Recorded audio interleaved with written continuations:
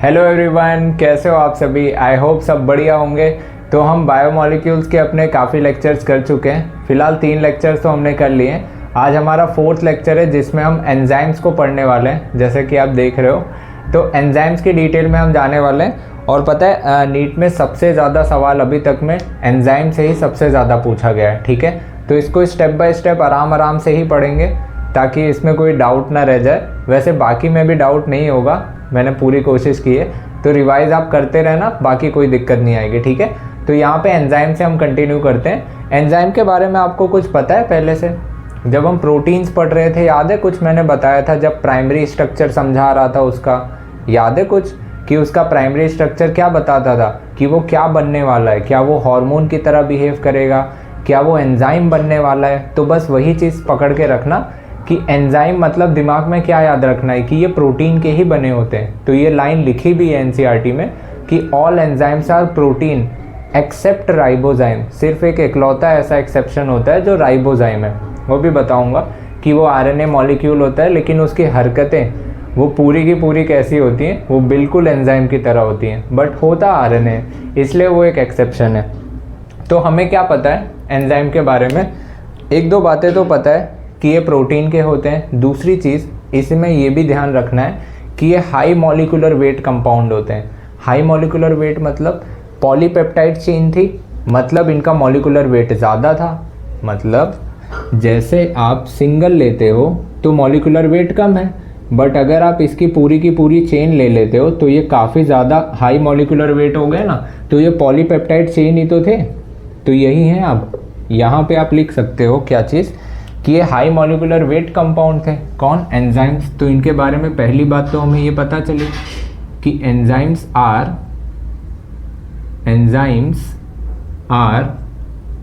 High molecular weight organic compound है। Organic compound है। Organic से तो ध्यान आ जाता है कि भाई ये प्रोटीन के बने थे। High molecular weight organic compound, खासकर कौन से? स्पेशली कौन से? प्रोटीन। ठीक है, स्पेशली प्रोटीन थे।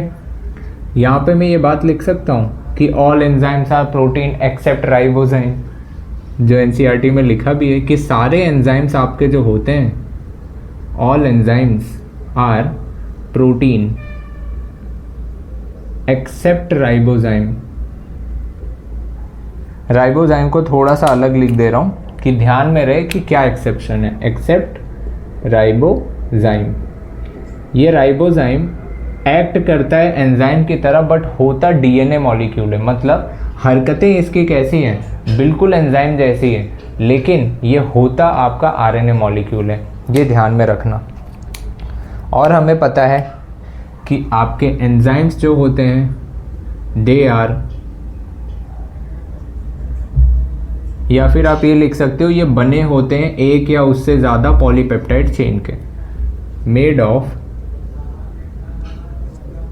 वन और सेवरल पॉलीपेप्टाइड चेन। अरे ये सब तो पढ़ा है ना। पॉलीपेप्टाइड चेन उन क्या है? प्रोटीन की जो मतलब अमीनो एसिड की जो चेन होती थी उसमें पेप्टाइड बॉन्ड बनते थे, बताया ये सब। तो वही है ये पॉलीपेप्टाइड चेन। और इनका मेनली स्ट्रक्चर अगर आप देखोगे तो याद करो, मैंने टर्सरी स्ट्रक्चर बताया था प्रोटीन का। टर्सरी स्ट्रक्चर में ऐसे बताया था, क्रीवाइसेस पॉकेट्स थे उसमें बीच बीच में। तो ये मेनली उसी टर्सरी स्ट्रक्चर के फॉर्म में प्रेजेंट होता है, जिसको आप ग्लोबुलर फॉर्म भी कह सकते हो।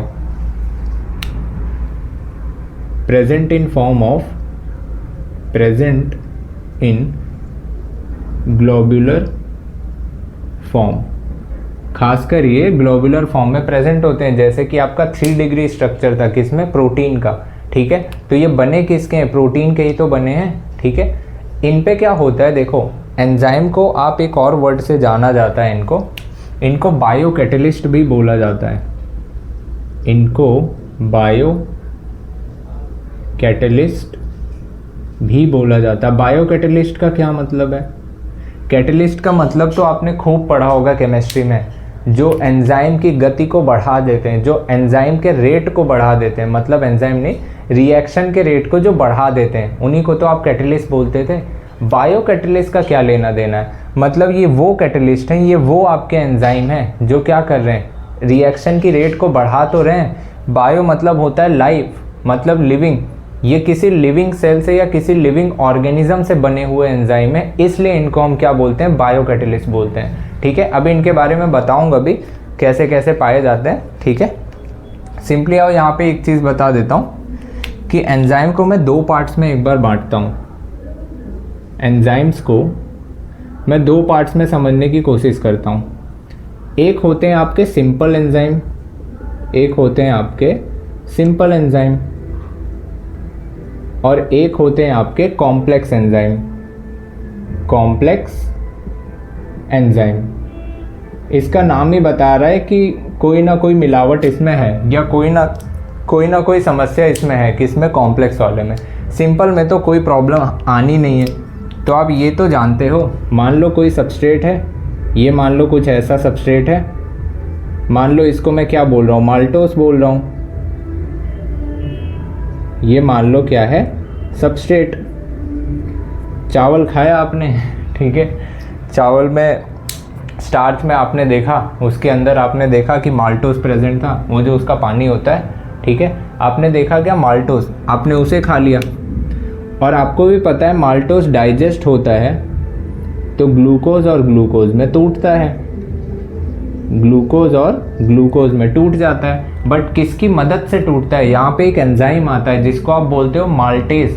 तो एंजाइम का फंक्शन क्या समझ आया, कि ये किसी भी सबस्ट्रेट को तोड़ के उसके छोटे फॉर्म में कन्वर्ट कर रहा होता है। और भी फंक्शन होते हैं, यहाँ पे हम अभी दूसरा समझ रहे हैं। मान लो ये एंजाइम है आपका कैसा, माल्टेज है, ये मान लो कुछ ऐसा था, ये समझ लो कुछ ऐसा था, मतलब इसकी पॉकेट भी कैसी थी, एकदम इसी की तरह थी। तो यहाँ पे फिट बैठेगा, फिर ये इसमें कन्वर्ट हो जाएगा। इसके कुछ एग्जाम्पल चाहो तो लिख भी लो, ध्यान भी रहेंगे। चाहे आप ले लो जैसे होता है ना कार्बोहाइड्रेट को पचाने वाला एंजाइम, एमाइलेज वाला स्टार्च के लिए, तो आप एक याद रख लो एमाइलेज, या आप याद रख लो पेप्सिन, याद रख लो प्रोटीन डाइजेस्ट करेगा। तो ऐसे कुछ याद रख सकते हो।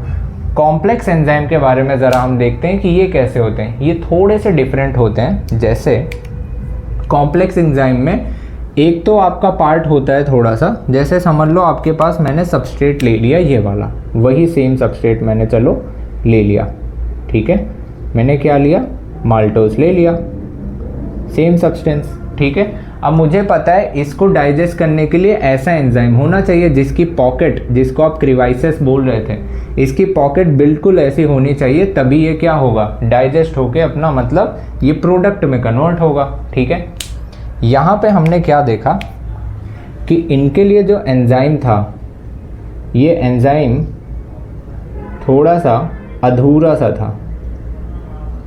ठीक है, ये थोड़ा अधूरा था, मतलब अभी ये कंप्लीट नहीं हुआ था। इसका साथ निभाने के लिए एक और चीज़ इसमें मिक्स होती है, आप कह सकते हो कोई ऐसे चीज़ मिक्स होती है। ठीक है, जिसके वजह से अब ये पूरा कंप्लीट हो जाता है। तो इसमें मिलावट नज़र आई क्या, ये जो आपका पहला पार्ट दिख रहा है ना, इसमें ये जो आपका पहला पार्ट दिख रहा है, इसको हम बोलते हैं प्रोटीन पार्ट। प्रोटीन पार्ट, क्योंकि हमें भी पता है एंजाइम किस चीज़ का बना है, प्रोटीन का बना होता है। ये तो पूरा ही प्रोटीन का था, तो ये तो सिंपल था, ये प्रोटीन पार्ट है। और दूसरा इसमें ये जो आपको दिख रहा है, इसको आप बोलते हो non protein part. Non protein part, एक है आपका प्रोटीन पार्ट, एक है non protein part. Non protein part के मिल जाने से ये पूरा कंप्लीट एंजाइम बनता है, उसके बाद रिएक्शन हो सकती है, कुछ ऐसा केस होता है। तो जब साइंटिस्ट ने इसको देखा कि कुछ ऐसे भी एंजाइम प्रेजेंट हैं जिनको हम कॉम्प्लेक्स एंजाइम बोल रहे हैं, उनमें क्या है, इनका पूरा स्ट्रक्चर सिर्फ प्रोटीन वाला ही नहीं बना रहा है, कोई ऐसा भी स्ट्रक्चर है जो नॉन प्रोटीन है, मतलब जो प्रोटीन तो नहीं है, कुछ और हो सकता है। तो इन्होंने ये चीज़ ऑब्जर्व करी। अब जैसे जब आप जेनेटिक्स में पढ़ते हो तो मेंडल जब स्टडी कर रहे थे तो उन्हें ये चीज़ जब मालूम पड़ी थी कि कैरेक्टर्स एक जगह से दूसरी जगह ट्रांसफ़र हो रहे हैं और कोई तो ऐसा सब्सटेंस था जो लेकर जा रहा था, तो इनको नाम तो पता नहीं था, तो इन्होंने उसी को फैक्टर्स नाम दे दिया था। तो उसी तरह से समझना कि यहाँ पे इनको नाम तो पता नहीं था, और जब नाम नहीं पता था तो इसी को इन्होंने कोफैक्टर नाम दे दिया था कि ये क्या है, कोफैक्टर। को मतलब होता है साथ रहने वाला, को मतलब साथ, किसके साथ है, प्रोटीन वाले के साथ रहता है। तो को फैक्टर, फैक्टर क्या है, जो नई चीज़ हमने देखी वो को फैक्टर है। और ये जो प्रोटीन पार्ट होता है इसको आप बोलते हो एपो एंजाइम। एपो एंजाइम जो एंजाइम की तरह बिहेव कर रहा है स्टार्टिंग में। तो एक को आप बोलते हो एपो एंजाइम, एक को कहते हो को फैक्टर। तो जब भी मैं वर्ड यूज़ करूँ एपो एंजाइम तो आप ध्यान रखना कि ये प्रोटीन वाले पार्ट की बात कर रहा हूँ, और अगर मैं बात करूँ कि को फैक्टर क्या होता है तो आप ध्यान रखना जो नॉन प्रोटीन पार्ट था जिसके वजह से ये रिएक्शन कर रहा था। ठीक है, तो ये थोड़ा सा ध्यान रखना। को फैक्टर अभी हम देखेंगे को फैक्टर कितने प्रकार के होते हैं। होते तो 3 प्रकार से अभी हम पढ़ेंगे, 3 टाइप्स के को फैक्टर जो यहाँ पर आके ज्वाइन होंगे और इस तरीके की रिएक्शन को आगे कन्वर्ट करेंगे। तो ऐसे हम पढ़ेंगे कॉम्प्लेक्स एंजाइम में। इन दोनों को मिला के इस पूरे स्ट्रक्चर को क्या बोलते हैं, इस पूरे स्ट्रक्चर को आप बोलते हो होलो एंजाइम। होलो एंजाइम बोलते हो किसको, इस पूरे कंप्लीट स्ट्रक्चर को आप क्या बोलते हो, होलो एंजाइम बोलते हो। ठीक है, यहाँ तक आप नोट डाउन कर लो एक बार, देन आगे का बताता हूँ। को फैक्टर के बारे में देखते हैं कि ये कितने प्रकार के होते हैं। ठीक है, आप एक बार नोट डाउन कर लो।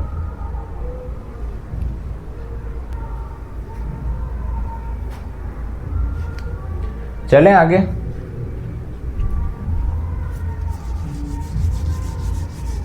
अभी हम क्या देखने जा रहे थे, को फैक्टर देखना है अभी हमें। को फैक्टर के कितने टाइप्स होते हैं उसके बारे में देखना है, थोड़ा सा ध्यान रखना। ठीक है, एपो एंजाइम और को फैक्टर ये वर्ड।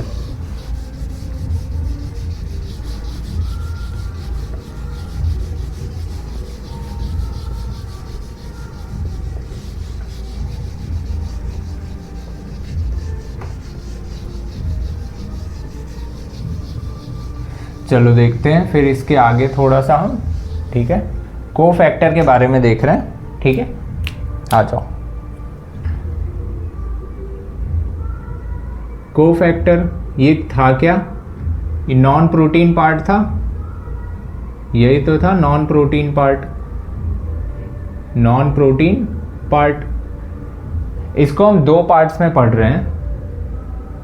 एक को मैं बोल रहा हूं ऑर्गेनिक, जो ऑर्गेनिक होते हैं, एक होते हैं आपके इनऑर्गेनिक।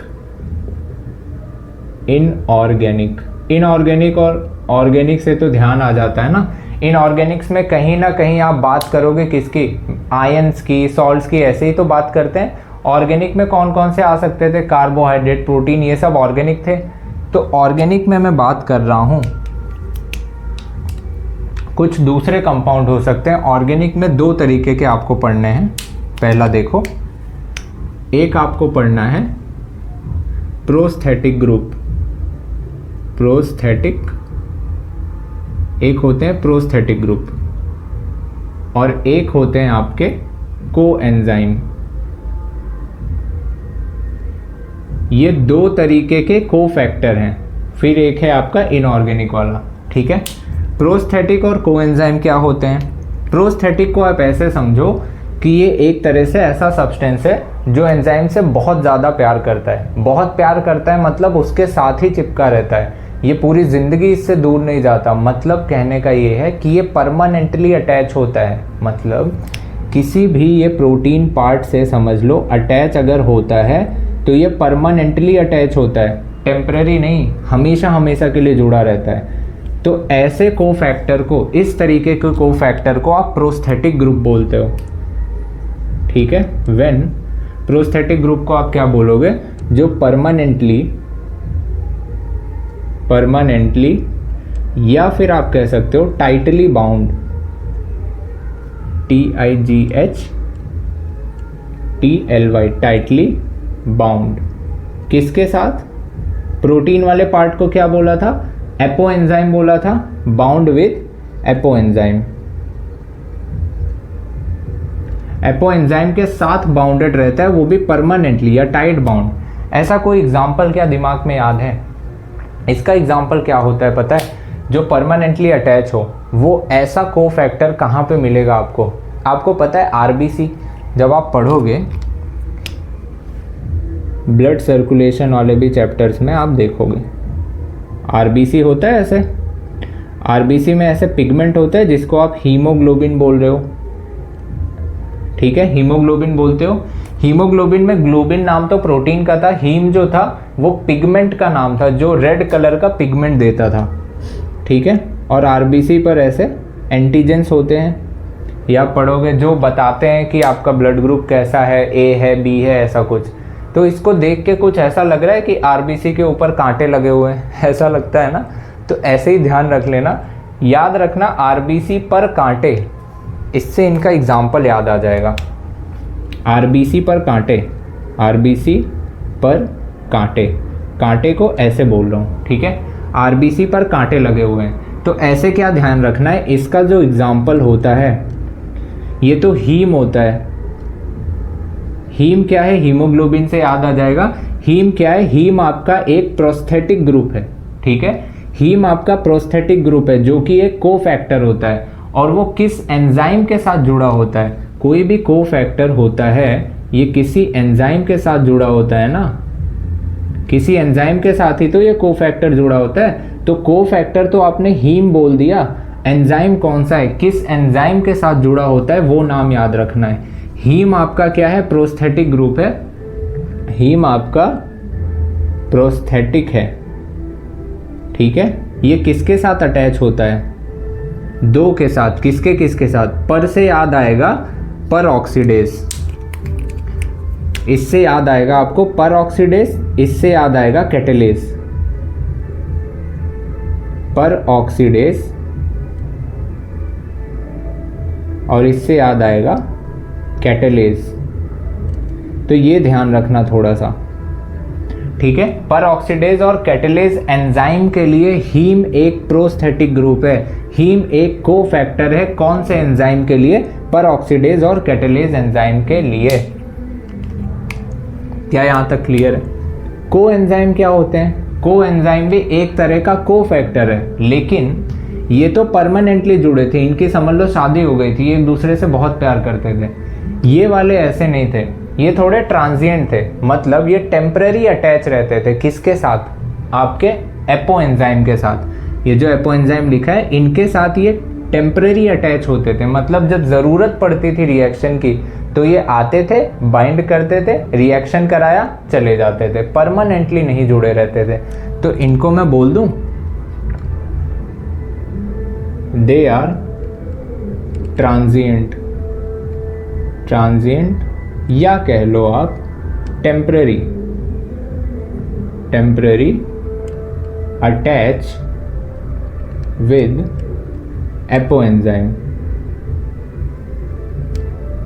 और ये कब काम आते थे?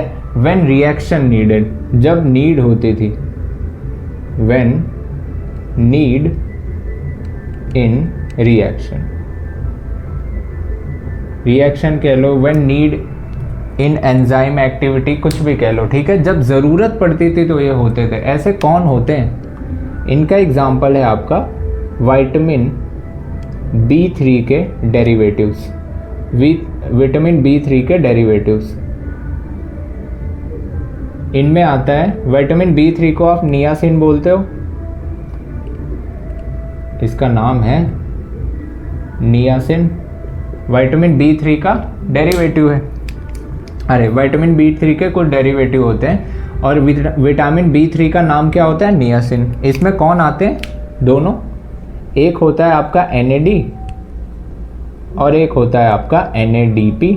ये आप पढ़ोगे वहाँ पर, जब आप प्लांट फिजियोलॉजी पढ़ोगे तो उसमें रिएक्शंस में देखोगे कि ये आते हैं, थोड़ी देर रिएक्शन करा के चले जाते हैं। इनका फुल फॉर्म भी लिखा है बुक में, निकोटीनामाइड एडेनिन डाई न्यूक्लियोटाइड ऐसे करके लिखा हुआ है, ठीक है। तो ये आपके क्या है, को एंजाइम वाले हैं जो कुछ समय के लिए आएंगे फिर चले जाएंगे, ठीक है। आए और चले गए, कुछ इस तरीके का हाल है। इनऑर्गेनिक से दिमाग में क्या याद आता है, आयंस की ही बात करोगे आप कहीं ना कहीं, बिल्कुल इसमें वही हाल है। इसमें रिक्वायर किसकी ज़रूरत होती है, मेटल आयंस की, metal ions like zinc, zinc जैसे मेटल आयंस की ज़रूरत होती है। और ये जिंक आपका एज अ को फैक्टर वर्क करता है, किसके लिए, जिंक आपका को फैक्टर है। आप लिख सकते हो कि जिंक आपका, जिंक को फैक्टर है किस चीज़ का, carboxy peptidase enzyme, carboxy peptidase enzyme का है। और ये कहा जाता है कि ये जो जिंक है ना, ये समझ लो ऐसे होता है, बाकी सब तो चलो डायरेक्ट जुड़ जाते हैं, ये कुछ कोऑर्डिनेट बॉन्ड बनाता है। जैसे एक फालतू सा डायग्राम बना के दिखा देता हूँ, ध्यान रखना, एक्चुअल में नहीं है। ये समझ लो आपका क्या है, कोई प्रोटीन पार्ट था, ये समझ लो आपका क्या था, कोई प्रोटीन पार्ट था। अब आपको क्या जोड़ना है, कोई को फैक्टर जोड़ना था, तब कंप्लीट होता। मान लो को फैक्टर का कोई शेप नहीं है और वो को फैक्टर आपका कोई जिंक आयन है, तो ये जिंक आयन क्या करता है, ये कोऑर्डिनेट बॉन्ड बनाएगा इनके साथ और कुछ सबस्ट्रेट के साथ भी एक या एक से ज़्यादा कोऑर्डिनेट बॉन्ड बना सकता है, सबस्ट्रेट के साथ भी। सबस्ट्रेट पता है ना, माल्टोज, सुक्रोज, ये सब सबस्ट्रेट है जिनको डाइजेस्ट करना है, जिनके ऊपर रिएक्शन करनी है, ठीक है। तो ये सबस्ट्रेट के साथ ऐसे जुड़ के एक तरह का एंजाइम की तरह काम करेंगे और इनको प्रोडक्ट में बदलेंगे। तो मैं ये कह सकता हूँ कि ये जो मेटल आयन है ये एज अ को फैक्टर काम कर रहे होते हैं। कौन सा एग्जाम्पल है, जिंक को फैक्टर है किसका, कार्बोक्सी पेप्टिडेज का। इसको यहाँ पर भी रेडी में लिख दूँ क्या, पूरा ध्यान रहेगा, लाइक जिंक, ये को फैक्टर है आपका कार्बोक्सी पेप्टिडेज एंजाइम का, ठीक है। क्या यहाँ तक क्लियर है बातें, ये एक बार आप नोट डाउन कर लो। तो थोड़ा सा प्रॉपर्टीज की बातें वो आपसे एक बार शेयर कर देता हूँ, ठीक है, देख लो।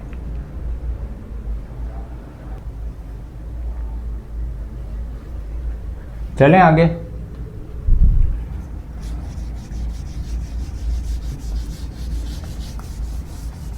थोड़ी सी इनकी प्रॉपर्टीज की बात कर लेते हैं, एंजाइम की प्रॉपर्टीज, क्या खास बातें हैं इनके अंदर, आओ ज़रा उसकी बात कर लेते हैं कुछ।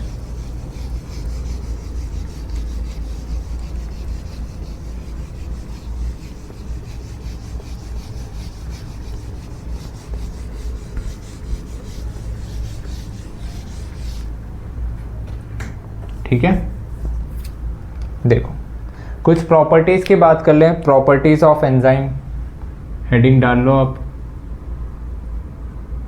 Properties of enzymes. इनकी प्रॉपर्टीज को भी मैं दो तरीके से पढ़ रहा हूं। पहले तो आप ले लो क्या, जनरल प्रॉपर्टीज ले लो, जनरल प्रॉपर्टीज। जनरल प्रॉपर्टीज क्या होती हैं, वही जो लगभग सब में कॉमन है। आप केमिस्ट्री में भी तो पढ़ते हो ना एंजाइम्स, और बायोलॉजी में भी होते हैं। जनरल की बात कर रहा हूँ तो मतलब हर जगह के एंजाइम, उसमें क्या खास बात होगी। पहली चीज़ कि ये एंजाइम कभी भी रिएक्शन की शुरुआत नहीं कराते हैं, they do not initiate reaction, ठीक है। तो हम ये लिख सकते हैं, डू नॉट इनिशिएट रिएक्शन, ये रिएक्शन को शुरू नहीं कराते हैं। और एक और बात इनमें खास है कि ये कभी भी इक्विलिब्रियम को डिस्टर्ब नहीं करते हैं। इसका क्या मतलब है, इक्विलिब्रियम क्या होता है, जैसे किसी भी चीज़ का बैलेंस रखना, कि अगर कोई चीज़ ज़्यादा हो गई है तो उसको कम कर दो, और अगर कोई चीज़ कम हो गई है तो उसको थोड़ा सा बढ़ा दो। तो ये जो संतुलन बनाए रखना है, ये काम कौन करता है, आपका एंजाइम करता है। तो ये इक्विलिब्रियम की प्रोसेस को डिस्टर्ब नहीं करता है, मतलब उसे बनाए रहता है, ठीक है, उसे गड़बड़ भी नहीं होने देता। Do not disturb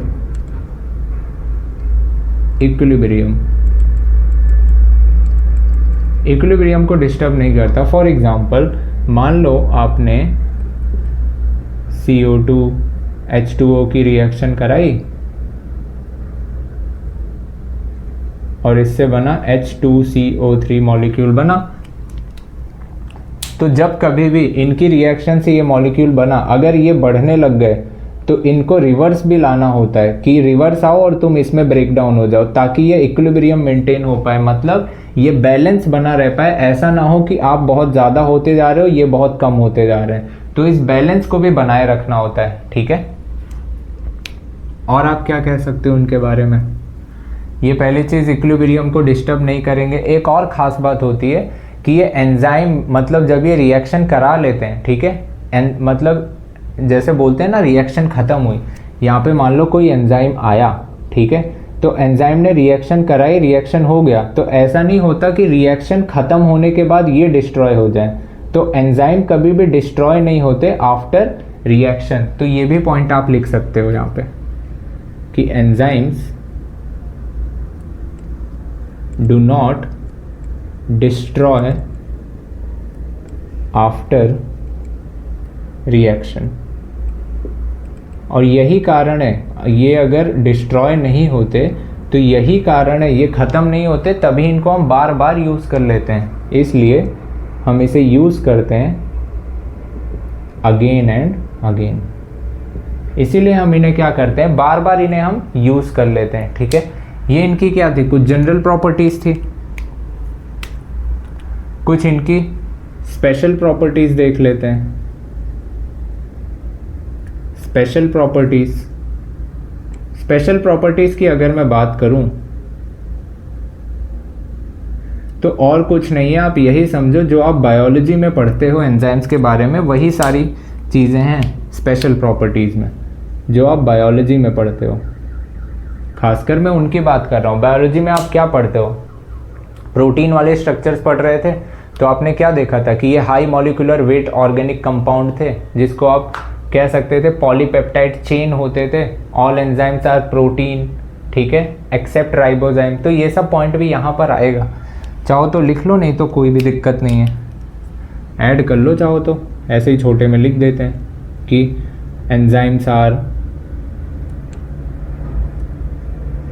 high molecular weight organic compound specially कौन से, प्रोटीन की बात कर रहे हैं। और ये भी हमें पता है ऑल एंजाइम्स आर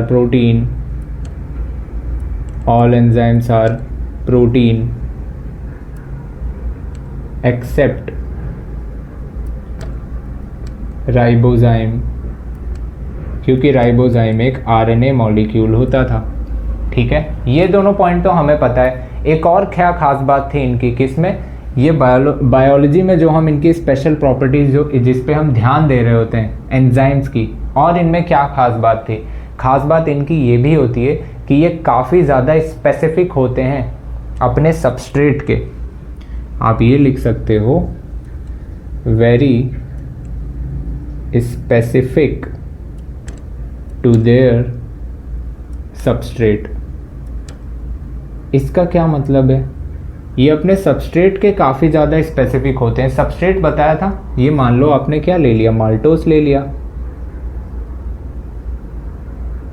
ये क्या है, माल्टोस, जो कि क्या है, एक तरह का सबस्ट्रेट।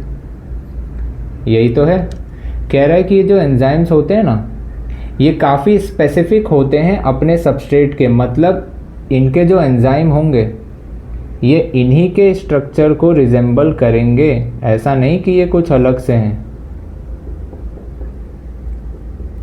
ऐसा नहीं कि मान लो आपने कोई एंजाइम ले आया, उसका स्ट्रक्चर ऐसे कुछ डिफरेंट सा है, ठीक है। मान लो ये क्या है, सुक्रोज को, जैसे सुक्रोज को डाइजेस्ट करने के लिए आपका आता है सुक्रेज, और ये आपका माल्टोज को डाइजेस्ट करने वाला क्या है, माल्टेज। तो ये जो माल्टेज एंजाइम है, ये काफ़ी स्पेसिफिक है अपने सबस्ट्रेट के लिए, तो ये वाला यूज़ होता है, ना कि ये सुक्रेज मान लो, ये तो सुक्रोज के लिए होगा, ठीक है। तो काफ़ी स्पेसिफिक होते हैं अपने सबस्ट्रेट के लिए। दूसरी चीज़ एक और आप यहाँ नोट डाउन कर सकते हो कि very specific to temperature and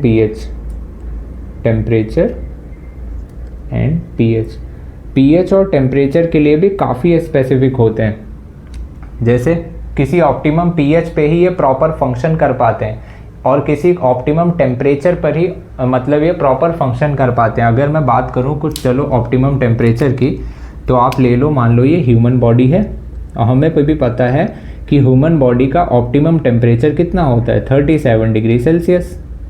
ये हमारा क्या है, ऑप्टिमम टेम्परेचर है। ऑप्टिमम का मतलब क्या होता है, ये वही चीज़, ऑप्टिमम वो होता है जिस पर कोई भी एक चीज़ प्रॉपर तरीके से फंक्शन कर पाए, जिसके अनुकूल बनी हो। जैसे आप कहते हो ना कि अगर मैं 37 डिग्री सेल्सियस के लिए बना हूँ तो मुझे उतना ही डिग्री सेल्सियस टेम्परेचर चाहिए, तब मैं पूरी तरह से फंक्शन करूँगा। तो वो चीज़ होती है क्या, ऑप्टिमम टेम्परेचर, ठीक है। आप ऐसे ध्यान रख सकते हो। जैसे ऑप्टिमम टेम्परेचर देखा जाए ना, तो एंजाइम के लिए अगर मैं बात करूँ, एंजाइम के लिए अगर मैं बात करूँ तो ये 0 डिग्री सेल्सियस से 40 डिग्री सेल्सियस तक इनका रेंज होता है। मतलब ये वर्क कर पाते हैं अच्छे से, इन पे वर्क कर पाते हैं। अगर टेम्परेचर इंक्रीज हो गया 40 डिग्री सेल्सियस से ज़्यादा तो ये डीनेचर हो जाएंगे, मतलब ये ख़राब हो जाएंगे। और अगर टेम्परेचर मान लो और कम हो गया 0 डिग्री से भी, तो ये इनएक्टिव हो जाएंगे, मतलब ये काम नहीं कर पाएंगे, ठीक है। तो ये चीज़ें होती हैं, इनकी ये रेंज होती है। और अगर मैं ऑप्टिमम रेंज की बात करूं, अगर ह्यूमन बॉडी के हिसाब से मैं बात करूं, तो ये यहाँ कहीं मान लो 37 डिग्री सेल्सियस पर ये बेस्ट वर्क करेंगे, बेस्ट एफिशिएंसी कह लो, एफिशिएंसी मतलब काफ़ी अच्छी तरीके से ये काम करेंगे। कहाँ पर, कुछ इस डिग्री सेल्सियस पे, ठीक है। एक और छोटा सा पॉइंट रह गया है, यहीं पर ही लिख देता हूँ, आप देख लेना ज़रा सा, यहीं पर ही ऐड करके लिख दे रहा हूँ, ठीक है। ये काफ़ी ज़्यादा पोटेंट भी होते हैं, वेरी पोटेंट। इसका क्या मतलब होता है, मतलब काफ़ी ज़्यादा, जैसे बोलते हैं ना, कार्य करने की क्षमता इनकी काफ़ी अच्छी होती है, वेरी पोटेंट। जैसे एक एग्जांपल अगर आप ले लो यही वाला कि CO2 प्लस H2O, इससे जब आप रिएक्शन कराए, ठीक है, इससे जब आप रिएक्शन कराए तो बना क्या, H2CO3 बना, ये आपका मॉलिक्यूल बना। ये जो मॉलिक्यूल बन रहा है ये लगभग हर घंटे में बना रहा है, कितने मॉलिक्यूल, ये बना रहा है लगभग 200 मॉलिक्यूल हर घंटे में बना रहा है, ठीक है। और यही अगर मैं रिएक्शन लिखता हूँ, सेम रिएक्शन लिख रहा हूँ, सेम रिएक्शन है, कुछ अंतर नहीं है, सिर्फ एक अंतर है। क्या है वो अंतर, अगर यहाँ पर मैं एक एंजाइम डाल दूँ, कैटलिस्ट डाल दूँ, जिसको आप बोल रहे हो कार्बोनिक एनहाइड्रेज, अगर ये एंजाइम अगर मैं इसमें डाल दूँ तो अब इसकी जो दर निकल कर आएगी वो कितनी होगी, लगभग आप समझ सकते हो 6 लाख मॉलिक्यूल्स, 1 2 3 4 5, ये बनेगा कितना, 6 लाख मॉलिक्यूल्स आपके बनेंगे हर मिनट में नहीं, ना ही हर घंटे में, हर सेकंड में बनेंगे। किसके, H2CO3 के मॉलिक्यूल। और इसके कितने बन रहे हैं, 200 पर घंटे। जब आपने एंजाइम नहीं लगाया था तब ये 200 मॉलिक्यूल बना रहे थे हर घंटे में। जब आपने इस पे एंजाइम लगा दिया, कार्बोनिक एनहाइड्रेज डाल दिया, तो यही चीज़ क्या हो रही है, यही रिएक्शन लगभग 6 लाख मॉलिक्यूल्स बना रही है हर सेकंड में। तो ये काफ़ी पोटेंट होते हैं, ठीक है। तो ये थी कुछ अपने एंजाइम्स की बात। यहाँ से आगे का जो भी पार्ट है थोड़ा बहुत हम स्टेप बाय स्टेप कवर कर लेंगे। यहाँ तक की चीज़ें जो भी आपने पढ़ी है बिल्कुल एक बार अच्छे से रिवाइज कर लेना, और हो सके तो थोड़ा सा प्रैक्टिस कर लेना लिखने की भी, कि आप लिख लिख के थोड़ी चीज़ें याद करो तो ज़्यादातर इस चैप्टर में समझ आएगा, ठीक है। तो जो भी पेंडिंग पार्ट है हम उसे थोड़ा आगे कंटिन्यू करेंगे।